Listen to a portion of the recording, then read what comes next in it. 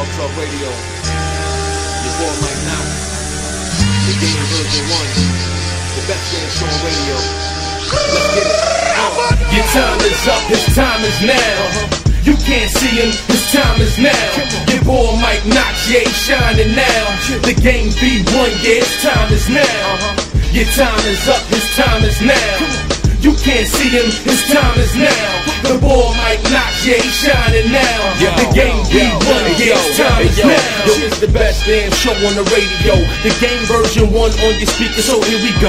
Mike Knox, the triple X hardcore host with the most, is the explosive, most electrifying coast to coast. Get ready for sports, entertainment, and all that. If you don't like the way he brag, you can really fall back. Confidence is what you call that. Every Saturday from 6 to 7, you know that it's on black. World order, belts glisten so heavenly. So if you don't like it, you should listen anyway. From wrestling to sports to the movies, you name it, yo. Mike Knox, the best damn show on the radio.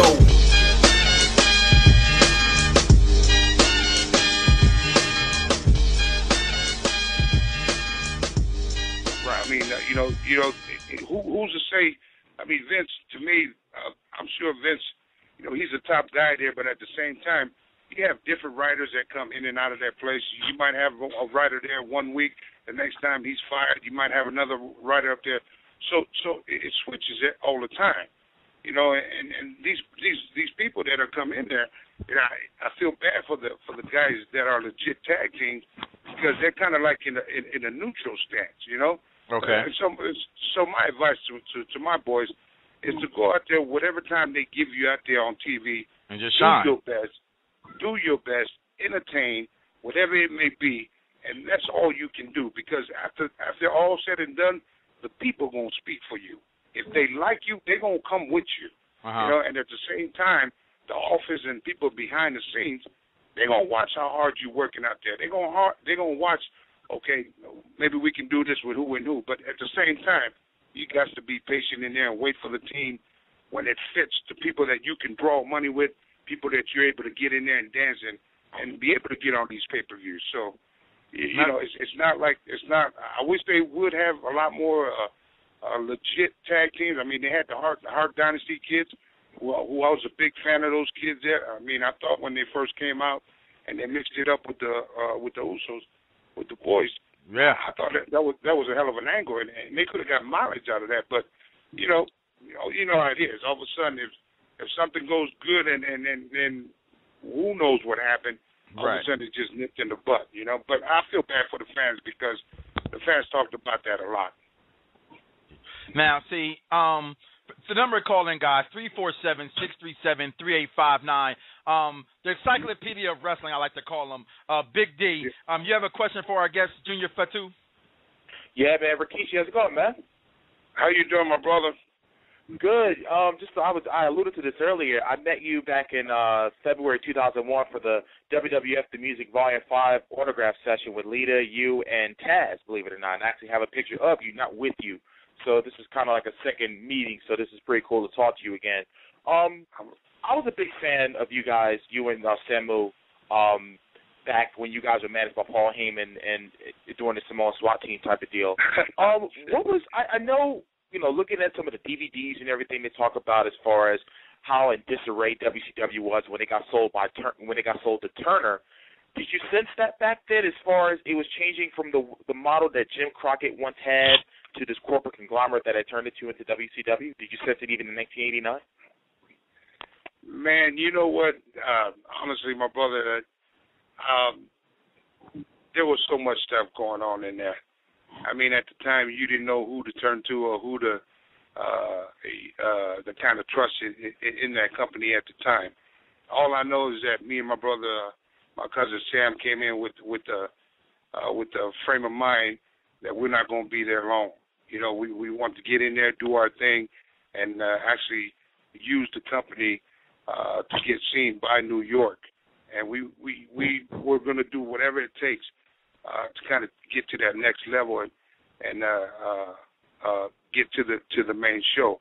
I mean, there was just most of the stuff that we kind of had just Paul Heyman kind of handled most of the deal that was out there, and we knew there was a lot of heat going on, and you know, with the changes, a lot of talks going with Crockett, Jim Hurd, and all that era will start to going on. Right. But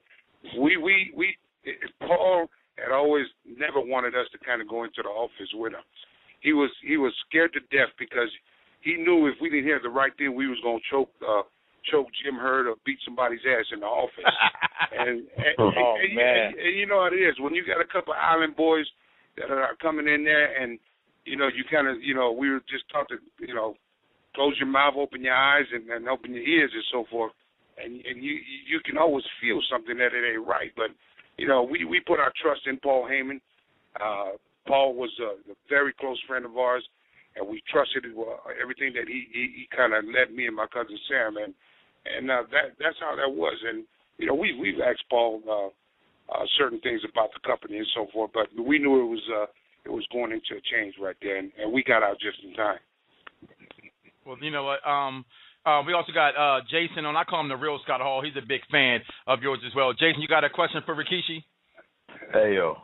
Hey, yeah. What up, Scott? Yeah. What's going on, man? Just as far as this is a general question. How do you feel about the direction that at either company, TNA, WWE, even things like Ring of Honor, how do you feel the current direction of wrestling and where it's going, like as a whole? Like, do you think it's getting better? Do you think it's evolving, or do you think it's starting to become too commercialized, or what? To answer that question straight up, I really don't watch it, man. I don't watch it. We are so busy with the Territory League. We are so busy with what I'm doing now as far as concentrating on our company with the Territory League and non-sport entertainment. The only time I really watch TV is if I see a few of my friends on there, like Rey Mysterio, Undertaker, my kids, and so forth, Samoa Joe, Booker, and, you know. But I don't kind of dip too much into what's going on, because the people that's writing the show, to me, they're never there long enough. You follow? For me, they even put my input on it. But it's obvious to me the number speaks loud. You know, when I say numbers, I'm talking ratings. Right. So whoever's got the highest ratings is obviously, to me, that you're going into the right direction. So, but the other guys that are doing their thing, I mean, to me, it's like run your own race, man. Run your own race, do your own thing, and deliver what the fans want to see. You know, because to me, the fans gonna make the last judgment on it. I have to agree with that. I believe that for years, when other promoters would just take, you know, we know what we like and we know what we don't like. You know what I mean? Right. So, like I said, I've seen the clips on the YouTube of the Territory League, and I want to see you guys get an opportunity to be seen, because I haven't seen nothing like it at all in professional wrestling. I think MMA had a league sort of like this about 2 years ago that came on, like My PHL, whatever your My channel would be, your local affiliate that took over for WWE, and it didn't last. I kind of had Shamrock was a part of one of the teams, and they would have people battle. But this is unique, because when I was watching the coming to promos for Territory League, you had the different wrestlers from every. It was really unique to me on how this came out. So any chance, maybe, like I said, you said that you're working on the pay-per-view, or then maybe putting more stuff on the YouTube so we can get the word out there for you guys for the Territory League? Oh yeah, most definitely, Mike. Again, you know, our company is we're still a baby, man. We're still a baby. We're learning how to walk before we can run, and at the same time, you know, we doing our homework as far as a company with Non-Pro Entertainment, and doing our homework as far as with the talent. There's so much independent talent that are out there. There's so many cities in this country. I mean, the list goes on and on. So, as a young company, you know, we got to do our homework, and we're steady pushing forward. That's the reason why I encourage all the fans that are on Twitter to go into the Territory League and try to you know, to talk to the team members that are in there and kind of, you know, let them know what you feel, what you like, and so forth. So we still doing our homework, and we still pushing forward. Well, I know that I'm going to be any part that I can to continue to help push that, because I love when I see something. And if he's listening, he's on the show, Rikishi. We've had a friend of yours, Savio Vega's been on here. Give that man a call too. Let Savio come now. I want to see that, get that rematch on between Savio Vega and Rikishi. I got a couple more calls online, if you will, so to speak. I got a friend of mine here, Billy, calling in. Billy, you're on with Rikishi. You got any questions for the big guy? Sure do. First of all, Rikishi, it's a real big honor to get a chance to talk with you here. My first question to you, Jimmy and Jey Uso, your twins, they are very talented in the WWE. I've really seen a great turnaround in them. And my question to you is, their new entrance style, they have a Samoan-style dance they do on the stage. Can you kind of elaborate on the meaning behind their dance they do at their entrance? Well, first of all, I'd like to say it's a pleasure talking to you too, Billy, and thank you for being a fan and supporting me through the years, and also supporting my sons. The meaning behind these dances here, I've just talked to Josh, who's Jay, and the first time they did these dances were the Mahorian dance, and these type of different Polynesian dance are the dances that the ancestors used to do when we get ready for battle. So, being that there's so many Polynesians out there, Team Poly, this shout goes out to you. There's Tongans, Fijians, Hawaiians, the list goes on, Samoans and so forth. I told my kids to switch it up. I wanted them to do a Mahorian dance, which is the haka, and then I wanted them to switch up to doing a Samoan dance, switch up to doing this way. We kind of cover everybody out there, but that is a war dance that all Polynesians do back in the day when they about ready to get busy. So that's exactly what that is, and I'm very proud that the WWE and Creative Service Control has finally given the opportunity for the boys to do their deal there and then come out to a regular entrance after that. I think that them having a new entrance, it sets them apart now. People can take a look at them more seriously. The wrestling speaks for itself. They're getting to know their heritage. Go ahead. I'm sorry. Well, you know, Mike, you knew sooner or later that something was going to happen like that to tie into the heritage. You know, I mean, they came out the first time. You know, the kids are college educated. They went to West Alabama. Both of them were supposed to go into the NFL, but they decided to fall into the family business, the family tree. So, you know, as a father, all I can do is support them, and I'm very proud and very happy that the WWE has given them a chance to get out there and showcase their talent and do what the bloodline that's in them. So, you know, it's all good. Well, thanks, Billy, for your call. I have a lot of people online waiting to speak to Rikishi.